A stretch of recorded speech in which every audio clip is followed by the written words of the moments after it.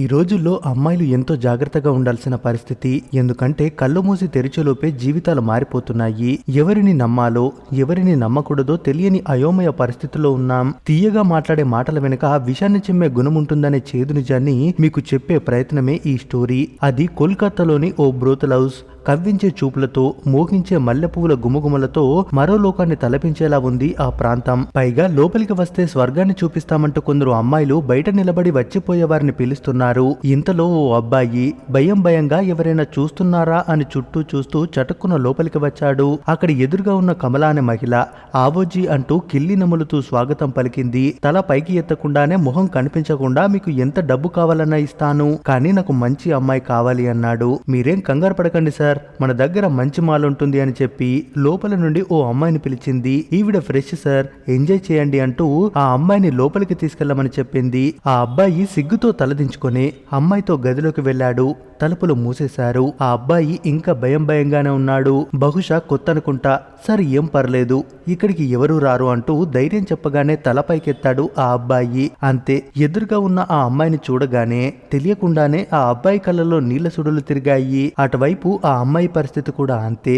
ఎందుకంటే ఆ అమ్మాయి ఎవరో కాదు, స్వయంగా ఆ అబ్బాయి అక్క. దీనికంటే ముందు అసలేం జరిగిందో మీకు చెప్పాలి. పశ్చిమ బెంగాల్ ప్రాంతంలోని ఓ మారుమూల గ్రామంలో ఉంటుంది సబీనా. చిన్న ఫ్యామిలీతో అందమైన జీవితం. కాలేజీ చదువుతోంది. వాళ్ళుండే ఊరు నుండి కాలేజీకి కాస్త దూరం. బస్సులో వెళ్లి బస్సులో రావాలి. అయితే ఓ రోజు ఎప్పటిలాగే కాలేజీ నుండి తిరిగి వస్తూ బస్సు కోసం బస్టాండ్ లో ఎదురు చూస్తోంది. కాలేజీలో ఎక్స్ట్రా క్లాసెస్ ఉండడంతో ఆ రోజు ఆలస్యమైంది. అప్పటికే వాళ్ళ ఊరికి వెళ్లాల్సిన బస్సు కూడా వెళ్లిపోయింది. కానీ చివరి బస్సు ఉందని అక్కడి అధికారులు చెప్పడంతో ఆ బస్సు కోసం ఎదురు చూస్తూ నిలబడింది సబీనా.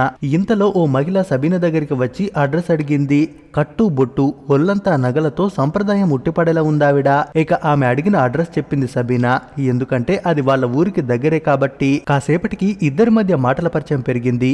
నువ్వెక్కడికి వెళ్ళాలి అని ఆ మహిళ అడగగానే మీరు అడిగిన ఊరికి ముందే అని చెప్పింది సబీనా. అవునా, ఇంకేం, నన్ను తీసుకెళ్లడానికి మా బంధువుల కారు వస్తుంది, నువ్వు కూడా అందులో వచ్చేసే తల్లి, అసలే చీకటి కావస్తుంది అంటూ చెప్పింది. కానీ సబీనా మాత్రం పర్లేదండి, మీకెందుకులే ఇబ్బంది, కాసేపట్లో బస్సు వచ్చేస్తుంది అని చెప్పింది. కానీ ఆ మహిళ మాత్రం వదలడం లేదు. నువ్వు రావాల్సిందే అన్నట్టుగా ఓ తల్లిగా బాధ్యతగా మందలించింది. ఇక అప్పటికే ఆ కారు కూడా వచ్చేసింది. దీంతో ఆ మహిళ మాట కాదనలేక సబీనా కార్లో కూర్చుంది. ఆ కారులో ఆ మహిళతో పాటు మరో మహిళ కూడా ఉంది. మొత్తానికి కార్ స్టార్ట్ అయింది. ఈ ప్రయాణంలోనే వాళ్ళిద్దరి మధ్య మాటల పరిచయం మరింత పెరిగింది. కాసేపు మాట్లాడుకున్న తర్వాత ఆ మహిళ బ్యాగ్ లో నుండి ఓ చాక్లెట్ తీసిచ్చింది. ఆ కార్లో కూర్చున్న మరో మహిళతో పాటు సబీనాకు కూడా ఓ చాక్లెట్ నిచ్చింది. కానీ సబీనా మాత్రం వద్దని చెప్పింది. ఇంత మొహమాటమైతే ఎలాగమ్మా, రేపు ఓ ఇంటికి కోడలుగా వెళ్లాల్సిన దానివి, ఇలా ఉంటే ఎలా చెప్పు అంటూ తాను చాక్లెట్ తింటూ మరో చాక్లెట్ ని సబీనాకు ఇచ్చింది. సబీనా కూడా తినేసింది. అంతే, నిమిషంలో నిద్రలోకి జారుకుంది సబీనా. కళ్ళు తెరిచి చూస్తే ఊరు కాని ఊర్లో ఉంది. చుట్టూ అమ్మాయిలున్నారు. కొందరు మాస్క్ వేసుకున్న అబ్బాయిలు అమ్మాయిలను కొడుతున్నారు. ఈ రోజు నుండి మీరు వ్యభిచారం చేయాలి, డబ్బులు కూడా ఇస్తాం, కాదని తిక్క వేషాలు వేశారో చంపేస్తామని బెదిరించారు. అప్పుడు అర్థమైంది సబీనాకి ఆ మహిళ తనని బ్రోతల్ హౌస్ లో అమ్మేసిందని. ఇక మరోపక్క సబీనా తప్పిపోయిందని పోలీసులకు కంప్లైంట్ ఇచ్చారు తల్లిదండ్రులు. కానీ ఈ రోజుల్లో పేదవాళ్ళకి న్యాయమంత సులభంగా ఎక్కడ జరుగుతుంది చెప్పండి. రోజులు కాస్త నెలలయ్యాయి. ప్రతిరోజు స్టేషన్ కి వెళ్తున్నారు, కానీ ఆ తల్లిదండ్రులకు న్యాయం జరగడం లేదు. సబీనా జాడ దొరకడం లేదు. ఇలా ఉంటే ఆ వేశ్యావాటికలో సబీనాకు ప్రతిరోజు నరకం చూపిస్తున్నారు అక్కడి యాజమాన్యం. ప్రాణభయంతో మనసు చంపుకొని వేషగా మారిపోయింది సబీనా.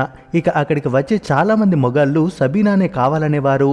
ప్రతి ఒక్కరితో ప్రేమగా వాళ్ళ కోరికను తీర్చి తన సమస్య గురించి చెబుతూ కాపాడమని వేడుకునేది. అప్పటి వరకు సరేనన్న వాళ్లే కామం తీరాక నువ్వెవరు, నీ గురించి మాకెందుకు అని జారుకున్న వాళ్లే ఎక్కువ.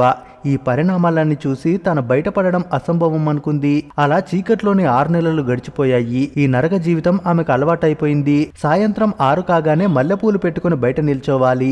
వచ్చిన వ్యక్తి మృగంలా చెరిచినా భరించాలి. ఈ బాధలు భరించలేక కాపాడమంటూ దేవుణ్ణి అడగని రోజంటూ లేదు. అలా ఏ దేవుడు సబీనా గోడు విన్నాడో తెలియదు గాని ఇదిగో తన తమ్ముడి రూపంలో ఇలా ఎదురుగా వచ్చాడు. ఇక జరిగిందంతా తన తమ్ముడికి చెప్పి అమ్మా నాన్నల గురించి ఆరా తీసింది.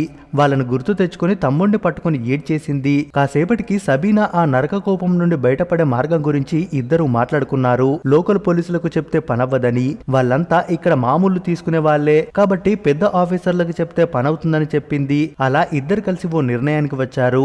సబీనా పడుతున్న కష్టాలన్నీ ఫోన్ లో రికార్డ్ చేసుకుని రూమ్ లోపల ఏం జరగనట్టుగా బయటికి వచ్చేశాడు సబీనా తమ్ముడు. ఆలస్యమైతే ఇంకేదైనా జరగొచ్చని ఎస్పీ ఆఫీస్ కి వెళ్ళాడు.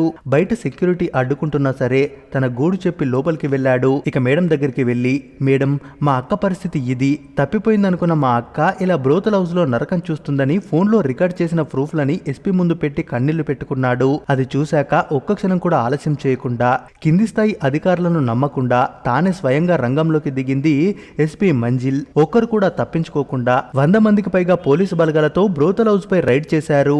ఈ దందా నిర్వహిస్తున్న వారిని అదుపులోకి తీసుకుని అమాయక ఆడపిల్లలకు విముక్తి కలిగించారు. చీకటి తప్ప వెలుగు అంటే ఏంటో తెలియని ఆ ఆడపిల్లలు బయటపడ్డామనే సంతోషంతో సబీనా తమ్ముని హత్తుకొని ఎమోషనల్ అయ్యారు. ఇక్కడ దాదాపు 50 మందికి పైగా మహిళలున్నారు. ఇందులో చాలా మంది ఎక్కువ డబ్బు వస్తుందని, కొందరు ఉద్యోగం పేరుతో మోసపోయి ఈ నరకంలో దిగిన వారే.